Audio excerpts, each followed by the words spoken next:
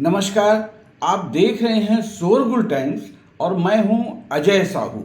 सुबह होने से पहले ही आज जाग उठा भिलाई। सुबह सूरज निकलने से पहले ही एक अलग ही हलचल शुरू हो गई। वजह थी पंडित प्रदीप मिश्रा की शिव पुराण कथा। कथा का आज अंतिम दिन था और कथा का समय भी सुबह 8 से 11 बजे तक ही था। कथा के समय में यह बदलाव से श्रद्धालुओं की रात की नींद उड़ा दी। कथा पंडाल में मौजूद हजारों श्रद्धालुओं के रात मानो रात ही नहीं रही। पूरी रात पंडाल में भक्ति, भजन और जागरण का माहौल बना रहा। बाहर से कथा सुनने पहुँचे भक्तों की स्थिति भी कुछ ऐसी ही रही। लोग रात 3-4 बजे ही उठ गए। किसी ने जल्दी जल्दी स्नान किया, किसी ने पूजा की तो किसी ने परिवार के साथ कथा स्थल जाने के तैयारी करने लगे। और जैसे ही घड़ी ने सुबह के 4 बजाए भिलाई के सड़कों पर मंजर बदलने लगा। जिधर देखो उधर वाहनों की आवाजाही दिखाई देने लगी। कहीं ऑटो दौड़ रहे थे, कहीं कारें निकल रही थी तो कहीं लोग अपने दुपहिया वाहनों से कथा स्थल की ओर बढ़ रहे थे। सड़कों पर वाहनों की आवाजाही बढ़ती जा रही थी और हर किसी की मंजिल एक थी, कथा पंडाल। नज़ारा देखकर ऐसा लगा जैसे पूरा शहर एक साथ उठकर किसी एक स्थान की ओर चल पड़ा हो। कोई अकेला, कोई परिवार के साथ, कोई दूर दराज से आए अपने रिश्तेदारों और परिचितों के साथ कथा स्थल की ओर बढ़ रहा था। सुबह के अंधेरे में ही भिलाई के सड़कों पर श्रद्धालुओं की यह आवाजाही अपने आप में एक अलग दृश्य बना रही थी। और जैसे जैसे लोग कथा स्थल के आसपास पहुंचने लगे, तस्वीर और भी बड़ी होती चली गई। रात भर जागे श्रद्धालु और सुबह होते कथा स्थल पर उमड़ पड़ा जन सैलाब। कथा स्थल के आसपास पहुंचते ही यह अंदाजा लगाना मुश्किल नहीं था कि आज कथा का अंतिम दिन है। कथा के लिए 5 बड़े पंडाल बनाए गए थे, लेकिन सुबह होते होते स्थिति यह हो गई कि किसी भी पंडाल में पैर रखने तक की जगह नहीं बची। जो श्रद्धालु समय पर पंडाल के भीतर पहुंच गए वे तो अपनी जगह पर जम गए, लेकिन बड़ी संख्या में ऐसे लोग भी थे जिन्हें पंडाल के अंदर जगह नहीं मिल सकी। और यहीं से इस आयोजन का यह दृश्य सामने आया जिसने पूरे माहौल को अलग बना दिया। पंडाल के बाहर भी श्रद्धालुओं का समुद्र दिखाई देने लगा। किसी को जहां थोड़ी सी जगह मिली वहीं बैठ गया, किसी ने सड़क के किनारे जगह बनाई तो किसी ने पन्नी बिछाकर वहीं अपना आसन जमा लिया। कथा सुनने की इच्छा इतनी प्रबल थी कि पंडाल के बाहर की असुविधा भी लोगों को रोक नहीं सकी। इसी बीच मौसम ने भी अपना रंग बदल दिया। सुबह से बारिश हो रही थी, लेकिन बारिश से श्रद्धालुओं के कदम नहीं रुके और इस पूरे दृश्य को और भी भावुक बना दिया। कोई छतरी ताने कथा सुन रहा था तो कोई रेनकोट पहनकर बैठा था। कई श्रद्धालु बारिश में भीगते भक्ति रस में डूबे हुए थे। जो लोग पंडाल के बाहर बैठे थे उन्होंने भी बारिश से बचने अपना इंतजाम कर लिया था। बारिश लगातार हो रही थी, लेकिन श्रद्धालुओं के चेहरे पर उत्साह कम नहीं हुआ। मौके का दृश्य ऐसा था, बारिश के बूंदों के बीच छतरियों का समुद्र और उसके नीचे बैठे श्रद्धालु पूरे आयोजन की तस्वीर को और भी यादगार बना रहे थे।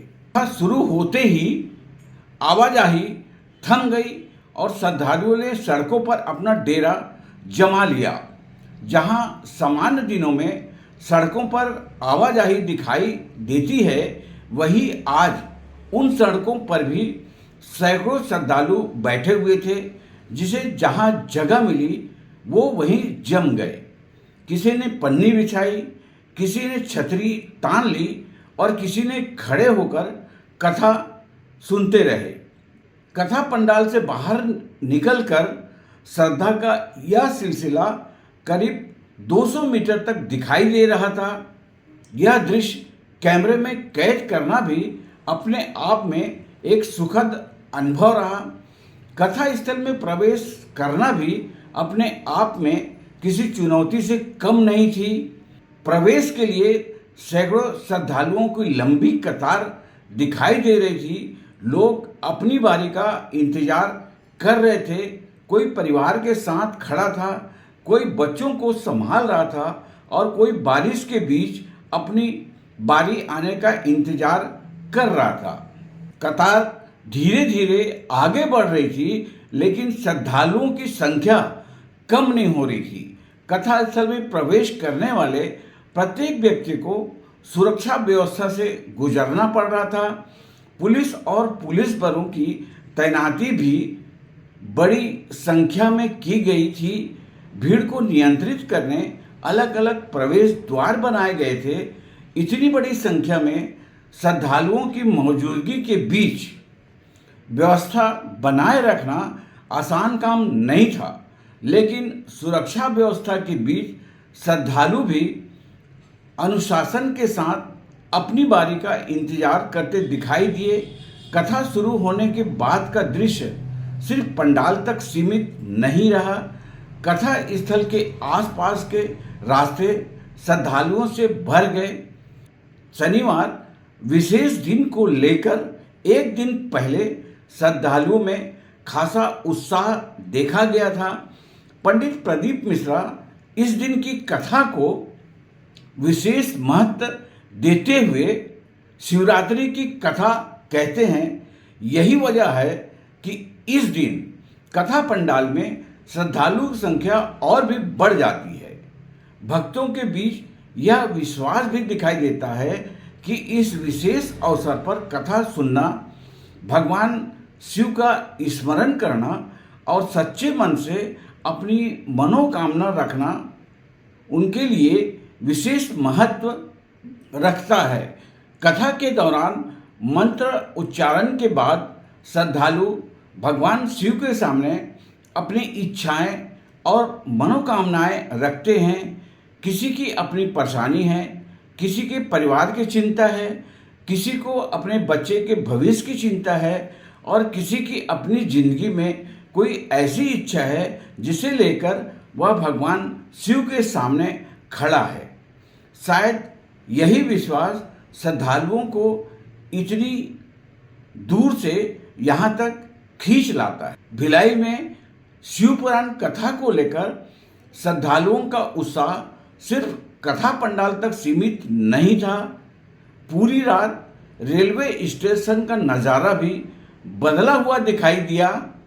दूर दूर से लोग ट्रेन से भिलाई पहुंच रहे थे। कोई ट्रेन से उतरकर सीधे कथा स्थल की ओर जल्दी में थे और परिवार को तलाश रहा था। कहीं भगवा वस्त्रों से श्रद्धालु दिखाई दे रहे थे, कहीं महिलाएं अपने सामान के साथ आगे बढ़ रही थी और कहीं समूह बनाकर लोग कथा स्थल की ओर जाने की तैयारी में थे।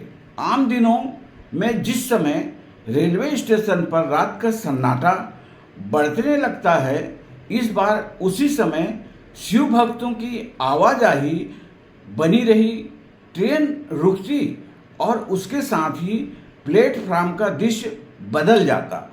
एक तरफ ट्रेन से उतरते श्रद्धालु तो दूसरी तरफ ट्रेन में चढ़ने वाले की भी संख्या कम नहीं रही।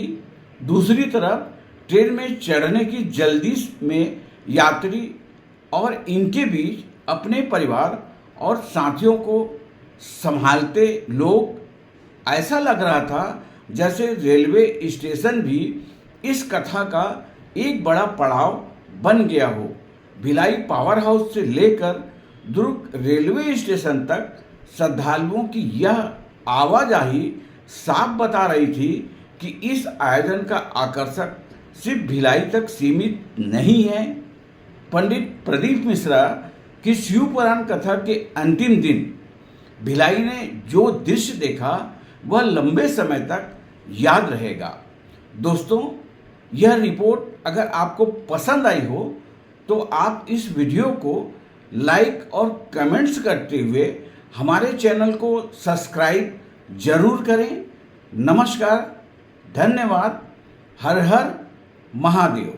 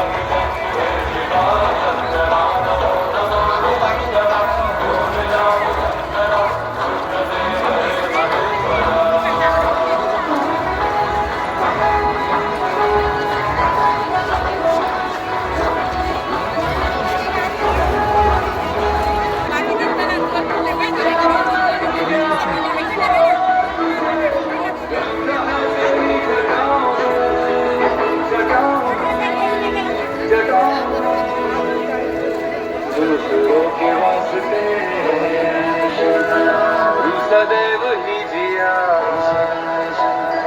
मांगा कुछ कभी नहीं, तुमने सिर्फ है दिया।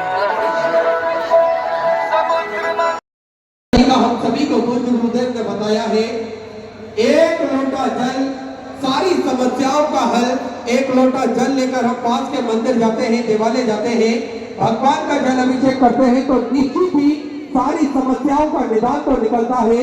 साथ में देवाधिदेव महादेव की कृपा दृष्टि भी हम सभी जीव को प्राप्त। सुबह 8 बजे से ये कथा प्रारंभ होना है और 11 बजे तक ये कथा का क्रम चलेगा। विराम दिवस की कथा है। इसके बाद में अगर हम देखें तो लाखों का जन समुदाय हम सभी को देखने को मिल रहा है। रात्रि भर से सभी भक्तों का आगमन लगा हुआ है।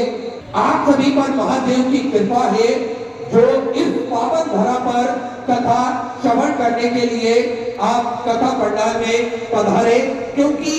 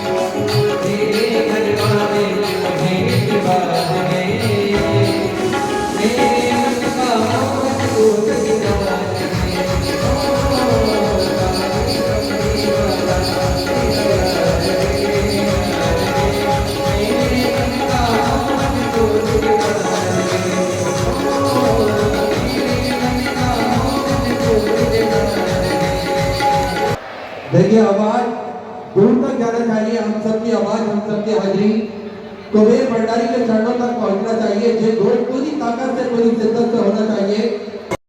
है सलाम उसको ठोका जा रहा है, प्रणाम उसको करा, नमन उसको करा जा रहा है। जिस दिन रिटायर होगा, अपनी कुर्सी से उतरेगा, उस दिन तेरा सिग्नेचर भी उस ऑफिस में काम नहीं आएगा। ये जिस कुर्सी पर तुम बैठे, जिस कुर्सी पर तुम बैठे। पन्नालाल सेठ कहते हैं मुनीम से, जब मेरे पास धन नहीं था तो लोग मुझे पन्नू पन्नू कहते हैं। है पन्नू इधर आ, है पन्नू उधर आ। और जैसे ही मेरे पास धन बढ़ा तो लोग सलाम भी ठोकते हैं, प्रणाम भी करते हैं, नमस्कार भी करते हैं।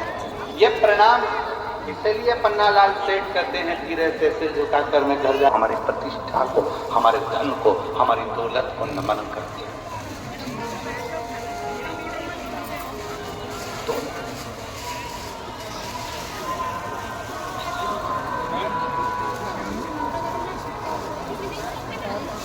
कौन नमन करे? जिस कुर्सी पर तुम बैठे हो उस कुर्सी की मर्यादा, उस कुर्सी को लोग सलाम कर रहे हैं, तुम्हारे धन को लोग सलाम कर रहे हैं।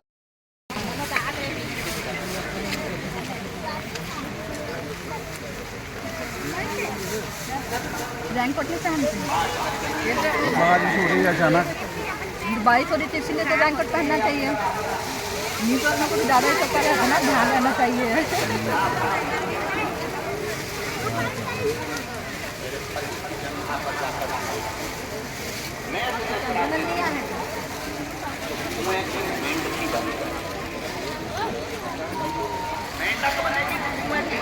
अवंतिकापुरी उज्जैन में कभी दर्शन करने जाना, अवंतिकापुरी उज्जैन जाना, अवंतिकापुरी उज्जैन में जाना तो ऋण मुक्तेश्वर महादेव का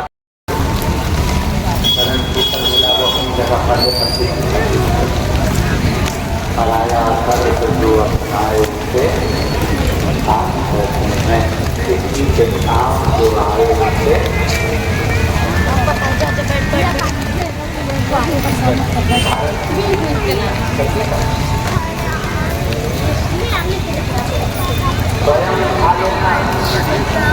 तो